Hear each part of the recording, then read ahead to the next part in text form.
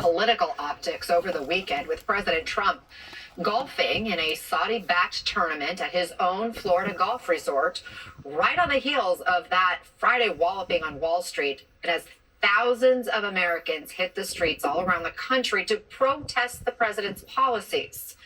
And joining us now, Susan Page, Washington Bureau Chief at USA Today, and Mitch Landrieu, former national co-chair of Harris Wall's 2024, former senior advisor to President Biden. He's also co-chair of American Bridge 21st Century. Great to have you both here. Susan, the optics, President Trump at his golf resort in Florida for this Saudi-backed golf tournament, $1 million a head fundraising dinner there over the weekend, while Americans are reeling. They're watching retirements evaporate. They're wondering if they're going to have jobs. What do you make of that dichotomy?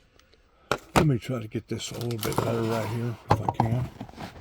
We're getting this set where I don't have to sit here and hold the phone. Sorry about that.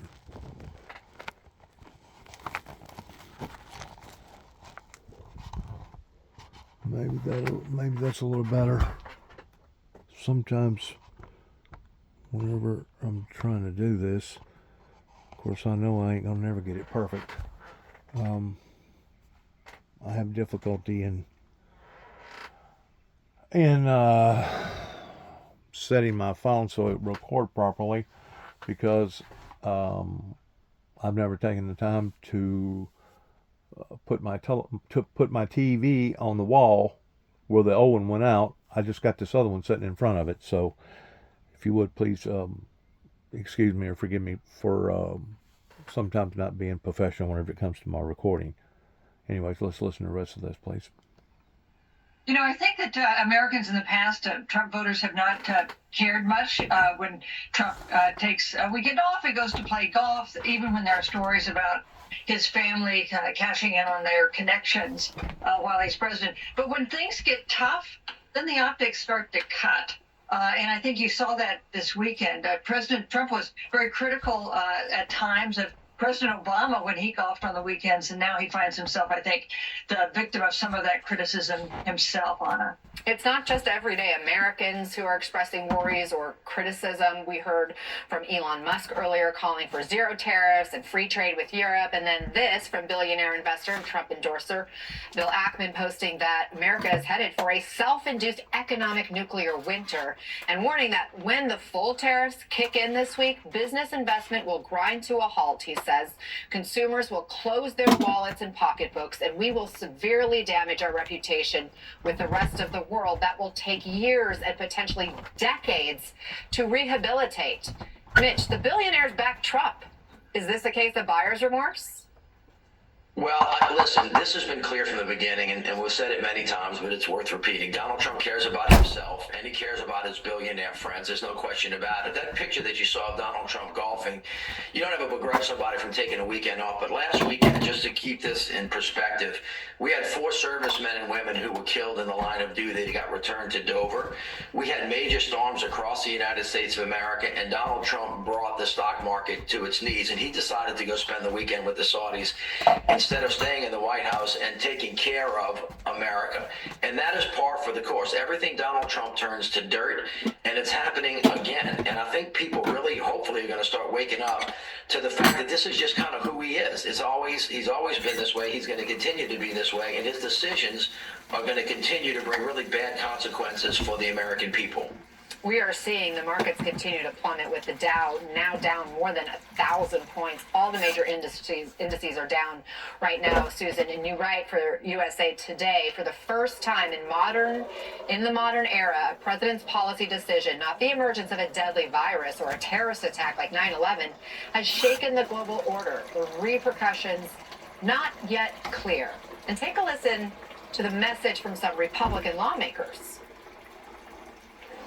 And I got to say, if we're in a scenario 30 days from now, 60 days from now, 90 days from now, with massive American tariffs and massive tariffs on American goods in every other country on earth, that is a terrible outcome. I'm not going to bubble wrap it. What's happening is not good. Now, will it continue? Will we find the bottom and then it will start to go back up? I hope so. Markets are down about 8% in just 2 days, and I'm getting all kinds of reaction from businesses, farmers in Wisconsin that are highly concerned about what's happening. And again, we're in a worse state now than we were then. Susan, do any of these lawmakers have sway with President Trump? You know, this is really notable because President Trump has been in such control of the GOP for some time now. Here are the first signs of some cracks in that, some nervousness among Republican senators. We have 7 Republican senators supporting a bipartisan bill to bring back some control on tariffs to the Congress. Now, this isn't likely to pass the House and be signed by the president, of course, but it is a red flag for the White House that he has, for the first time in some time, some problems within his own coalition and with Republicans on Capitol Hill. And Mitch, there were more than 1,000 rallies across the country this weekend. I mean, we've seen some of those images. The streets were just packed. I mean, reports of tens of thousands, all told, hundreds of thousands potentially when you combine all these rallies, protesting Trump policies and Elon Musk's Doge. Here's a sample of the message from at least one of those demonstrations. I stand with many millions of Americans that want to see the end of a dictatorship that's starting to take away all our democratic rights, fundamental institutions, jobs, health care, education, and everything else that we've come as Americans to love and appreciate. Mitch, what does all this mean for Democrats' political prospects going forward? Well, first of all, they weren't just Democrats. Republicans and independents are now, kind of starting to say, what the heck, this is really going to hurt us. A couple of things just to mention. First of all, this is a self-inflicted wound. One of the most tragic self-inflicted wounds that we've seen on the American economy in a long time. It is a strategy. Remember, massive cuts through Doge to eviscerate really important services like Medicare, Social Security, Medicaid, maybe even cancer research and other things that are critically important, tariffs that are going to be the largest tax increase since 1959, decimation of people's funds, and then finally tax cuts for the rich. I mean, why? So people are saying, what the heck is really going on? Remember, when Joe Biden took office, I think the stock market was at 23,000, and when he left, 28,000, and when he left, it was at 43,000, and it was moving up in the right direction. Trump just burned down the barn for some crazy reason. And when John Kennedy says we really kind of ought to turn around, I think he might want to listen to Senator Kennedy and even Ted Cruz, who are finally starting to wake up and say, hey, man, this is hurting everybody, not just Democrats. Yeah, those are people who are Trump allies who are kind of waving that warning flag. Mitch Landrieu, Susan Page, thanks so much for the discussion. Appreciate you guys joining us. Up next here on Ana Cabrera Reports, Americans brace for higher prices and financial headwinds as global markets react to Trump's tariffs. We'll talk to a couple of business owners about the impact on their bottom line. Psychological warfare regarding gaslighting, getting people all mixed up and getting them all concerned and going through a lot of stress. Followed by the retreat that we've... To me, this is just my opinion, to me, is just adding that much more remorse and grief into the people's lives. I understand the reason why they're doing what they're doing is that they're testing the waters. They're basically shocking the system in seeing what the results is going to be from the general public and from all these other countries that plays in the same market. And I also understand that it never should have reached this level to begin with, towards being this far in debt. If there is a silver lining pertaining to the 1,000 protest groups that happened this past weekend against Trump and against Eli, I'm going to say that maybe finally it has awoken the average everyday person out there that had not been paying attention to politics. And of course, the main people that has allowed for this to get in this shape was the adults, the elders, the people that the people put in power for the past five or six presidencies, going all the way back to the mid to late 80s, early 90s. But if there's going to be a silver lining to this, it'd be the fact that it has brought awareness into the eyes of the people now, pertaining to the average old Joes, and maybe this will be dealt with efficiently and effectively to the degree that it will be a future for my granddaughter, that now soon coming up on 2 years old, that maybe that there will be somewhat of a future for children like that, that's either at that age stage, or maybe even a little older, or even children that hadn't yet been born, that if there's going to be a silver lining to any and all this, hopefully that will be the end results towards being able to get a handle on this particular problem that has been nothing but a drainage. It's been nothing but a handicap. It's been nothing but a stumbling block for the American people, and it has caused so many more lives to be damaged and hurt on account of.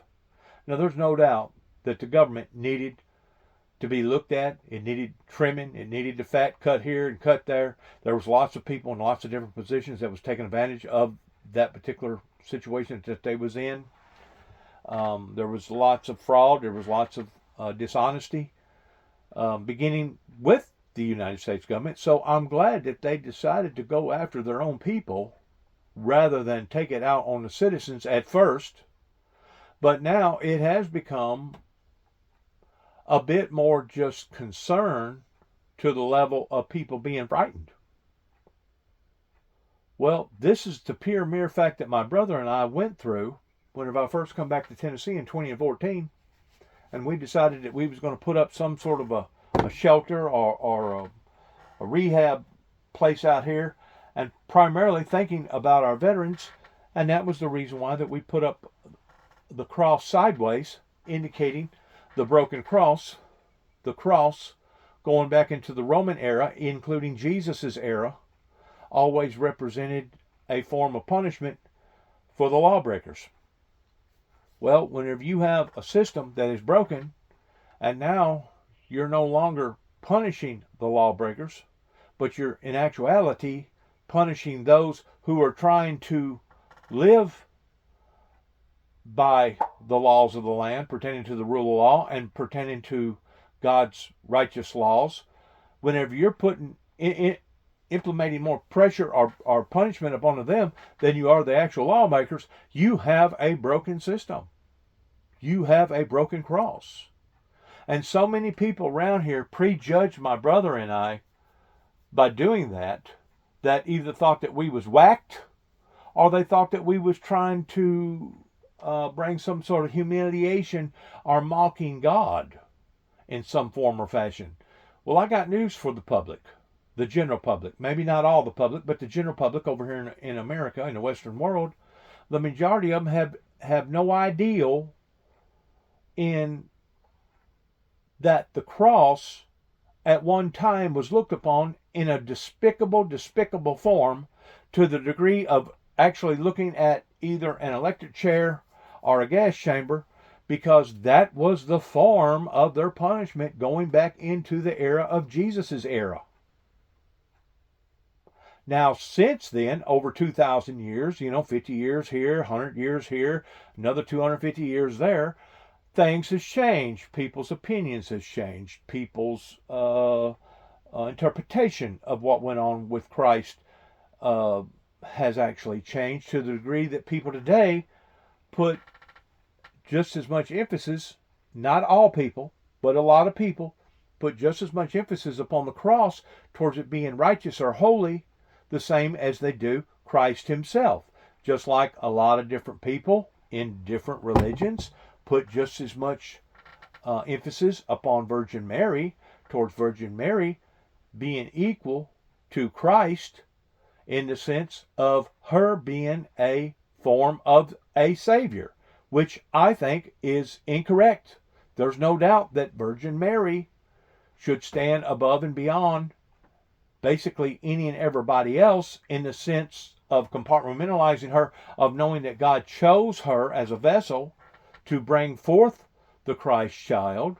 But in essence, looking at it from a reality standpoint, Virgin Mary, or Jesus' stepfather, Joseph, should never be put into the same category as the only begotten Son, because there was no one worthy in heaven or in earth that was worthy to open thy seals and to loose thy books, or to look upon to the books and loose thy seals, according to the book of Revelations in the King James, other than Christ and Christ himself. It wasn't the cross that's going to save mankind. It wasn't Virgin Mary that's going to save mankind. It wasn't any of the other aspects out of the Bible that's going to save mankind, but only Jesus Christ, who did in fact voluntarily allow himself to be the lamb that was slain from the foundations of the earth for all of humanity's sins. Not part of humanity's sins, but all of humanity's sins. Now, whether or not people want to address that, whether or not they want to disguise that in some sort of way by saying this or saying that or believing this or believing that. You know, a lot of people in a lot of different countries, they claim that Buddha and Allah and all those other prophets of God is equal to Christ. And I disagree with that. I disagree that there is no prophet of God that's ever either come or will come into the existence of the planet or into the existence of our existences will ever come close of being equal to the Christ child. Now, Easter is approaching us within the next couple of weeks, and I just hope and pray that people will identify that in the fact that my brother and I was not disrespecting or making a mockery either out of Christ or the cross of Christ, because they're taking things out of emphasis. They're taking things out of proper perspective. So many of the people around here that didn't go to church and didn't study the Bible and didn't study history a whole lot, they was misinterpreted in what my brother and I had full means of doing in not only helping our veterans, but also helping to educate the common people around here that really and truly, whenever we was growing up as children, I felt like was let down by the system or by the people that supported the system, because they never did intervene in what was going on in our lives towards our father having post-traumatic stress disorder that they didn't even have it labeled as at that time. They had it labeled as shell shock or some other form of disease that come from those extremes that you sometimes get whenever you're on the front lines and you're in heavy combat field towards being in a hot zone. I just wanted to verify that as we're going through and listening to this right here about all these problems with the money situation. And I still say there'll be a silver lining to all of this, if not nothing else, in awakening the sleeping giant towards now the vast majority of the people being aware that there is a problem pertaining to the money situation coming from the White House. That wild up, followed by the retreat that we've seen just within the last half hour or so. NBC's Brian Chung is back with us. Brian, help us make sense of this. What happened? Yeah, I mean, it's crazy. I very rarely I don't think I've ever seen anything like this, where in the course of 1 hour, we saw the market start off around 2% down and then shoot up. And we were up like 4%, and then it came back down again. Currently, where we are as of 10:49 and 30 seconds is the S&P 500 down 1%, the Dow 30 down 1.7%. But nonetheless, it seemed like that rocket up that we saw about 20 minutes ago was due to this headline that was circulating around that Kevin Hassett, one of the economic advisors to President Trump, had said that Trump was considering a 90-day pause on tariffs for all countries other than China. That was circulating on X. Turns out that's entirely false. So a White House official on background is telling me that that's fake news. There was never any sort of commentary from Kevin Hassett saying that, even though he did make a media appearance earlier today. So the disconnect between him appearing, I believe it was on Fox News, and then Twitter, where, to be fair, a lot of the tariff conversation and the actual messaging from the White House has been done, it just kind of blew up and apparently translated over to investors believing that headline and then trading. Either way, that headline is false. There is no 90-day pause on any country of the sort that was being floated around on Twitter. At least not yet. At least not yet. But I want to point out that there is something to be read from that. It just underscores the sensitivity that investors and just people broadly, especially those on X, are experiencing in this market volatility. And it's such that even misinformation for a hot second can just really turn markets entirely sideways. But I think that this is something that we'll have to watch for going forward as well. We're going to be very careful about what we're reporting, but nonetheless, it does seem like that was the reason for the market action earlier this hour. And it looks like we are down, although the NASDAQ just flipped positive in the last second. So now we're up 0.2% on the NASDAQ. So things are happening. Buckle up. Yeah. And you will be nearby, I'm sure, for us. Brian, thank you for bringing us all of that. Well, guys, it's not big businesses alone melting down this morning as global stock markets go into, a major roller coaster, down, up over President Trump's tariffs. Millions of America's small business owners are also trying to figure out what they're going to do. And this is across countless industries. They are feeling the collateral damage here, saying Trump's policies are putting them at a disadvantage. And they're leaving many wondering how they'll even be able to survive. Joining us now is a small business owner, Jessica Scully, the founder and director of the Commonwealth Wine School in Cambridge, Massachusetts. Jessica, I'm sure it's incredibly stressful times for you. Just from a nuts and bolts perspective, talk to us about what these tariffs, as we know them to be, will do for the price of wine. Yeah, it's deeply concerning for those of us in the wine industry, which is, of course, a global industry affecting both small business owners and large business owners. But essentially, in short, the price of wine will go up. How much? Do we know yet? Well, I think we're certainly talking. To me, it's foolish in what people are emphasizing upon right now pertaining to the price of wine or the price of the glass that's in the wine or the corks that come from Spain or wherever. It's foolish due to the fact that we have seen so many forces of nature phenomena that has occurred all over the planet that it has degraded the agriculture communities, give or take around a third, if not a little bit more, pertaining to the produce, pertaining to how the farming communities are going to be able to produce food for the people. Just like the chicken flu or the bird flu or whatever flu that you want to talk about, pertaining to having to eradicate so many chickens has caused the eggs to go up. There's problems going on in every continent right now that people are overlooking regarding the masses.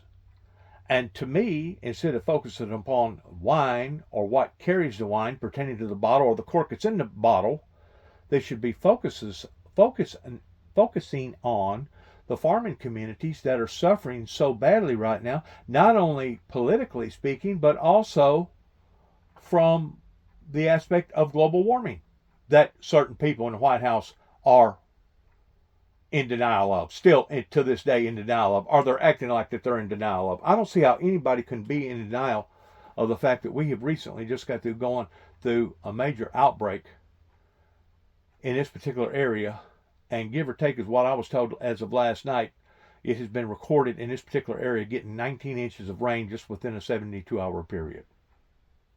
Now that has caused massive flooding, that has caused towns to be disrupted, that has caused bridges and communities to be disrupted. It has caused people to lose everything that they've ever had in their entire lives towards this flooding. And of course the Bible verifies these things that is going to occur in the final remaining last days here upon the earth, because Christ was trying to put out warnings and advisories to people of fleeing to the mountains whenever you shall start to see these things fallen upon humanity, to pray that you're either worthy to escape the things that are going to be fallen upon to the world, or pray that you're strong enough to endure them. Either or.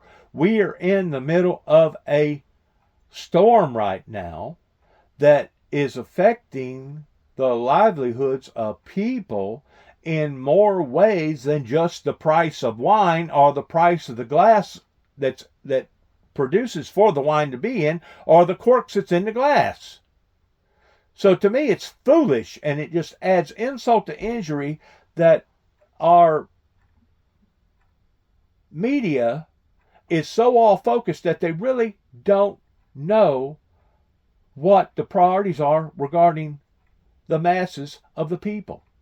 And I guess they're going to keep on and on and on until they drive us off into the edge of the mouth of the volcano. And to me, it's absolutely insane. Let's listen to a little bit of this guy right here. He was on Face the Nation, and I thought that he did make a lot of good sense. Of what's happening. He did make a lot of good sense in what he was saying, because to a vast, great degree, he was talking about the truth. Please listen to him. $1 trillion trade deficit, and the rest of the world has a surplus with us. They're earning our money, they're taking our money, right. And Donald Trump has seen this, and he's going to stop it. I think we'll see in short order really positive outcome from this. We already have 50 countries that have come to the table over the last few days, over the last weeks, that are willing and desperate to talk to us. Now, Jose, I should also tell you that I've talked to a number of White House officials, including one who told me that they're not even concerned about the optics of the president golfing in South Florida while these markets are having this strain. One person telling me it's like going to a birthday party when your friend has had surgery, making the case that President Trump isn't overly concerned about the economy. The president has also been out this morning posting online. Here's what he wrote. He wrote, "The United States has a chance to do something that should have been done decades ago. Don't be weak. Don't be stupid. Don't be a panic. A new party based on weak and stupid people. Be strong, courageous, and patient, and greatness will be the result." Now, I should also tell you that I've been talking to people that are worried about their retirement funds, people that have retired or are about to retire. People are definitely checking their 401ks. People are definitely panicking and very, very worried because they're not sure whether or not there's going to be a sort of strategy at some point on how to stop all of this. The president is saying that he's negotiating with a number of countries. I've heard Poland, Vietnam, Cambodia, Israel. Of course, the prime minister is visiting the White House today, so we'll see some of those negotiations also happening, Jose. The leader of Taiwan just posted a little while ago that there is some movement in the tariffs and reciprocal tariffs between Taiwan and the United States. So there is some movement. But Stephanie, what do you tell, meanwhile, folks that do look at their 401ks or do look at the trillions of dollars losses just in these last 5 days? Jose, it's completely reasonable and rational for people to check their 401ks. And it's a tough pill to swallow to hear the Treasury Secretary, somebody who's worth, $500 million, say people aren't paying attention to that, right? That's the same thing we heard from the Commerce Secretary a few weeks ago, who said if his mother-in-law didn't get a Social Security check for a month, she wouldn't really check. Sure. She wouldn't check for a month because her son-in-law is worth over $2 billion. But for everyday Americans, many of those who voted for Donald Trump, they are concerned about this. And it's not just everyday Americans, CEOs are, right? It was just a few months ago that Jamie Dimon, CEO of JP Morgan, said, listen, tariffs are a tool, we use them. We certainly saw President Biden use them, and they can be used strategically and surgically. But fast forward today, Jamie Dimon is sending out his annual letter worried that the use of these tariffs in the way that they're being used could be the cause of a global recession, could cause serious slowdown in the economy. And for those who say, well, the markets are different from the economy, of course they are. But when you now have bank after bank predicting a recession is just simply not the stock market. It is the overall economy, and it will hurt all of us. Yamiche Alcindor, Henrietta Treyz, of course, Stephanie Ruhle. Thank you. You can watch Stephanie Ruhle tonight at 11 p.m. Eastern on the 11th hour right here on MSNBC. And Stephanie, it's always great seeing you. Henrietta, and of course, Yamiche. Thank you. In 90 seconds, pushback over President Trump's tariffs. We'll talk to a lawyer from a conservative-backed nonprofit who's suing the administration, claiming tariffs are illegal. Plus, deportation deadline. The Trump administration has just over 12 hours to return a man mistakenly deported to a notorious El Salvador prison, and later protests in the streets. Mass demonstrations sweep the country. You got so many people that don't know what's going on. They're just confused, they're deranged, and really and truly it helps to support what the book of Daniel talks about, that in the last days that they will be as swaying from one side to another just like a bunch of drunkards. Sorry. Just like a bunch of drunkards. You'll find it telling, as I did when I found out, that this has never been done before. No president has ever tried to declare a national emergency and impose tariffs, which are a tax on Americans. So this case focuses on misuse of the emergency powers. Let me, if I could, Andrew, if I could. Sorry. Don't mean to interrupt you. Just to get some clarity for me, I just like to understand things in a basic level. So, is it not true, Andrew, that presidents have forever, or for a long time, and I'm thinking JFK and Johnson, and going all the way down the line, haven't they established executive orders on tariffs? They have not imposed new tariffs using executive orders and using emergency powers. They have exercised certain powers that Congress assigned the president through tariff statutes. And those require certain kind of administrative procedures, and they set specific requirements before the president can impose a tariff. For example, one statute will say if a certain country is engaging in unfair trade practices, then the president can show that's true and then impose a tariff relating to that country, relating to the industry that's affected by the trade practices. The Congress has not authorized the president to use this emergency statute to say, oh, there's an emergency relating to fentanyl here, for example, and then impose across-the-board tariffs on China. That is a first. And this emergency statute, which has a long name, but the first two words are the critical ones, International Emergency Economic Powers Act, is a statute Congress passed so presidents can act quickly and protect us from foreign threats. And that's a statute the presidents have used for things like sanctioning hostile foreign countries, Russia, Iran, terrorist organizations. And the statute permits the president to do things like impose trade sanctions, freeze assets of hostile countries, or of terrorist groups. That statute does not permit the president to use emergency powers to impose taxes on Americans, which is what tariffs are. So the president is ignoring the language of that statute. I very much appreciate your time. Thank you very much for being with us. Thank you. New developments this hour in the case of the man the administration says. Well, that's his opinion about it. The fact of the matter is, whenever you're downplaying the seriousness of us being as much money as we are in the hole, which that's what other administrations have done, just goes to show you these people that are out of control and don't have no idea towards the seriousness of all this, and basically don't know their tails from a hole in the ground whenever it comes to how urgent that this actually is, that needed to be addressed years and years ago. I mean, you cannot borrow your way out of debt, and you cannot just continue to keep kicking the can down the road hoping that it's just going to go away, because it's not. So once more, that individual, we appreciate his opinion, his opinion about all this, but the fact of the matter is, I think he was out of touch in reality towards not realizing the seriousness of all this. Good luck to all of us. God bless America. God bless our troops.